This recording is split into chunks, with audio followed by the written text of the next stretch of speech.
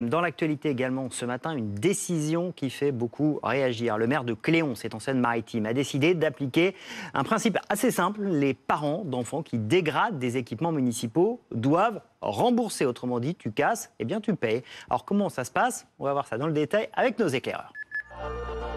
L'éclaireur du jour, Benjamin Dubois, bonjour. Bonjour Philippe. Alors quel est le principe précisément? Eh bien Philippe, le maire a décidé de hausser le ton. Il ne veut plus assumer le coût des réparations à la suite des dégradations sur des bâtiments et des équipements municipaux causés donc par des délinquants mineurs de la ville. Agacé, le maire notamment des portes fracturées ou des extincteurs vidés. Il fera maintenant donc payer les parents de mineurs auteurs de ces faits. Une mesure qui a été actée lors du dernier conseil municipal pour permettre la mise en place d'une procédure de refacturation auprès des familles une fois l'auteur mineur identifié selon la mairie. La mesure, elle a déjà été appliquée pour 3 familles dont les enfants avaient joué à vider les extincteurs d'une enceinte sportive. Les responsables de ces mineurs doivent s'acquitter du remboursement d'une partie des frais de remplacement à hauteur de 300 €. Cette décision, elle est assumée par le maire de Cléon, maire d'hiver gauche Frédéric Marche, qui ne voyait pas d'autre solution. On va l'écouter tout de suite.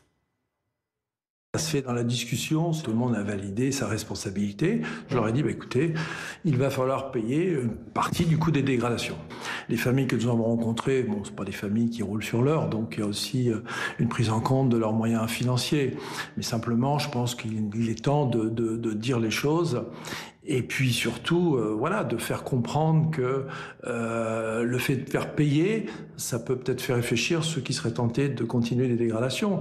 Donc depuis ces quelques mois, je touche du bois, comme on dit, nous n'avons pas de fait majeur. Mais cette décision de toucher au porte-monnaie des parents, elle ne fait pas l'unanimité chez les habitants de Cléon. On va en écouter certains d'entre eux. Je suis d'accord, mais il faut qu'on fasse attention quand même. Il faut parler doucement, leur expliquer. Je trouve ça tout à fait normal. C'est le rôle des parents d'éduquer son enfant pour qu'il ne fasse pas tout et n'importe quoi. Les parents, ils vont faire plus attention à leurs enfants, à ce qu'ils font. À Cléon, il y a de la vidéosurveillance et le maire réfléchit aussi à la possibilité de créer une police intercommunale. Merci beaucoup Benjamin, on va vous retrouver dans un instant. Avant cela, on va aller voir Ibrahim Dem. Bonjour, vous êtes conseiller municipal d'opposition de Cléon. Cette décision, ce principe du tu casses, tu payes, ça ne vous convient pas? Absolument pas. Tu casses, tu payes. À un moment donné, il va falloir remettre les choses dans leur contexte en fait. On ne peut pas être dans cette approche systématique, tu casses, tu payes. Pourquoi? À partir du moment où c'est des équipements municipaux qui ont été payés par les impôts, par la collectivité, dire on rembourse ce que les autres habitants, ce que les autres citoyens ont payé. Là où je ne remets pas en question les choses, c'est sur la nature de la dégradation. Moi, là où j'interviens, ou en tout cas je me positionne, c'est sur cette approche qu'on doit avoir en amont. Moi, l'accompagnement doit se faire en amont. On doit pouvoir avoir une politique d'anticipation, qu'elle soit sociale ou qu'elle soit éducative ou culturelle, pour prévenir ce genre de comportement. Moi, je suis plus positionné sur cette approche-là des choses. Mais est-ce que l'un empêche l'autre? Est-ce qu'on ne peut pas faire de la prévention? Et quand il y a des gradations type les extincteurs de la ville et qu'il faut payer 300 € pour remplacer les extincteurs de la ville, on dit c'est pas aux citoyens qui ont déjà payé leurs impôts locaux de payer en plus les dégradations de certains. Je pense que là, le problème il est tout autre. C'est-à-dire que quand vous dites l'un n'empêche pas l'autre, je ne suis pas forcément d'accord avec cette thèse. Là, moi, je suis sur une configuration où la sanction financière doit être une solution lorsqu'il n'y a plus de solution. Je ne suis pas partisan du fait qu'une sanction financière viendrait à compenser les impôts de certains. Je suis là à dire qu'on a une jeunesse sur un territoire donné et même sur d'autres territoires qu'il faut accompagner. Et au-delà de vouloir stigmatiser la jeunesse et certaines familles dans leur environnement, même lié à la précarité, je suis plus à dire que là, on est sur une approche qu'il va falloir mesurer et qu'il va falloir même statistiquer d'une certaine manière. J'invente le mot, mais bon. Il y a des statistiques qui le prouvent. Vous prenez un ministère de la Justice qui va aller chercher à appliquer des sanctions pénales financières. Le taux de récidive est proche des 50%. Donc, à un moment donné, il va falloir être beaucoup plus cohérent avec des sanctions dites réparatrices, d'une certaine manière. Est-ce qu'on peut parler de sanctions? Parce que là, il ne s'agit pas d'une amende. Il s'agit de dire ce que vous avez cassé, vous remboursez ce que vous avez payé. Vous ne payez pas plus, vous payez ce que vous avez cassé. Ce n'est pas une sanction, en effet, dans le terme, c'est une punition. Donc, en effet, dans le terme... Ou une réparation. La sanction, elle est forcément réparatrice. La réparation, c'est de pouvoir impliquer la personne dans la considération de ce qu'elle fait, dans la prise de conscience de ce qu'elle fait. Là, on est sur une réparation. Une réparation sans sens, ça ne s'appelle pas une sanction. Ça s'appelle une punition, d'une certaine manière. Vous restez avec nous. Ce qui est intéressant, évidemment, c'est de comprendre aussi ce que dit la loi en la matière. Benjamin, on vous retrouve. La loi, elle dit quoi sur cette question de réparer quand on a cassé ? Alors, cette disposition elle est prévue dans le Code civil par l'article 1242 qui prévoit que l'on est responsable du dommage causé par le fait des personnes dont on doit répondre. Le père et la mère, en tant qu'ils exercent l'autorité parentale, sont solidairement responsables du dommage causé par leurs enfants mineurs habitant avec eux. Et si les parents sont séparés, eh bien en juin 2024, la Cour de cassation des Bouches-du-Rhône a fait évoluer le droit. Selon l'arrêt de la Cour, les deux parents seront responsables, même si le mineur ne réside que chez l'un de ses parents. Parmi les mesures possibles pour un maire, il y a le rappel à l'ordre. Il est prévu par l'article L132-7 du Code de sécurité intérieure. Et il y a également l'article 44-1 du Code de procédure pénale qui indique donc le maire peut, tant que l'action publique n'a pas été mise en mouvement, proposer aux contrevenants une transaction donc consistant en la réparation du préjudice résultant de dégradation sur des biens.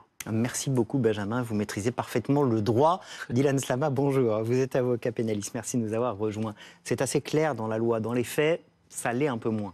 Alors, dans les faits, c'est un peu à la libre appréciation aussi de ceux qui ont pour charge de faire appliquer la loi. La loi le permet et la loi l'a toujours, en tout cas depuis très longtemps, permis.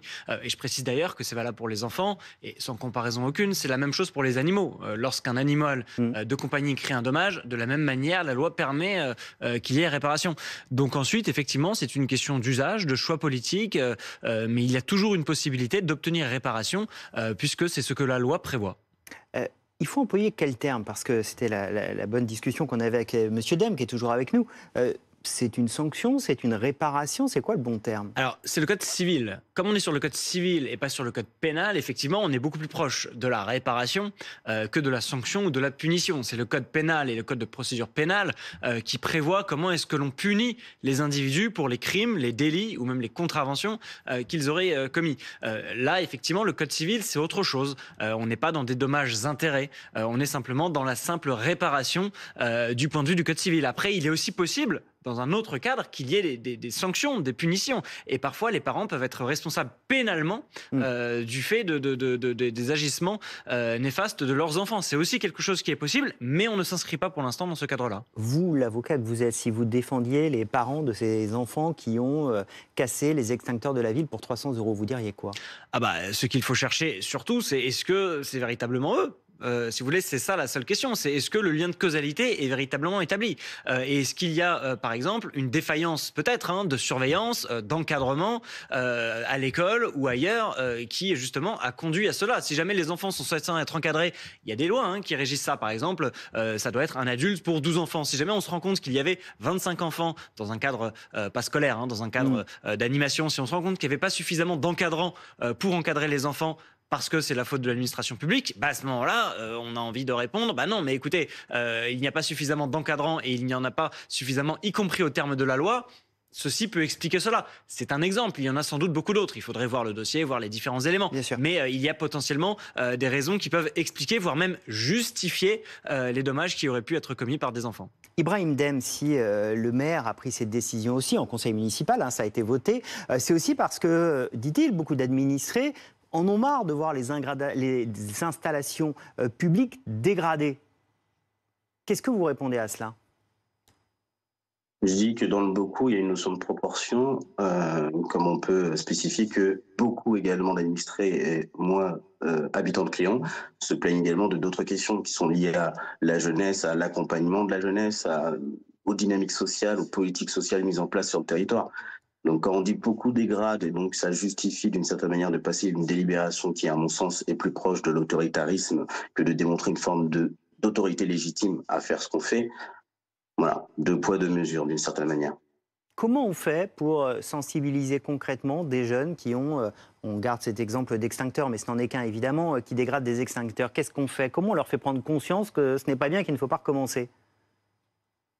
Là, comme je l'ai un peu abordé au démarrage, je pense que la politique d'accompagnement, en tout cas sociale, au travers de la médiation tout simplement ou des actions civiques et citoyennes, c'est ce que j'ai pu conduire depuis 2009 en créant une association sur Cléon dans laquelle je voulais justement lutter contre cette stigmatisation faite aux jeunes dits de quartier.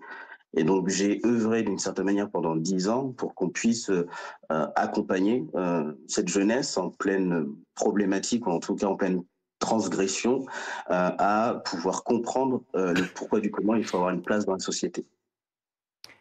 Maître, la grande question, c'est de savoir aussi comment on remet les parents dans le jeu. C'est aussi ça que veut faire le maire, c'est de dire vous êtes responsable de ce que font vos enfants. Vous ne pouvez pas leur laisser faire n'importe quoi.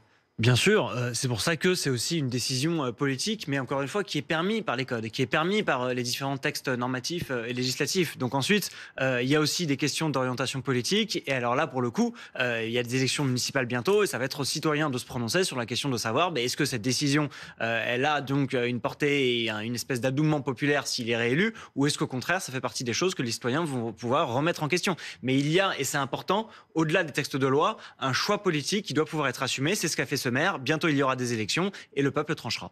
Merci beaucoup, maître. Merci Brahim Dem d'avoir été avec nous ce matin en direct dans le live.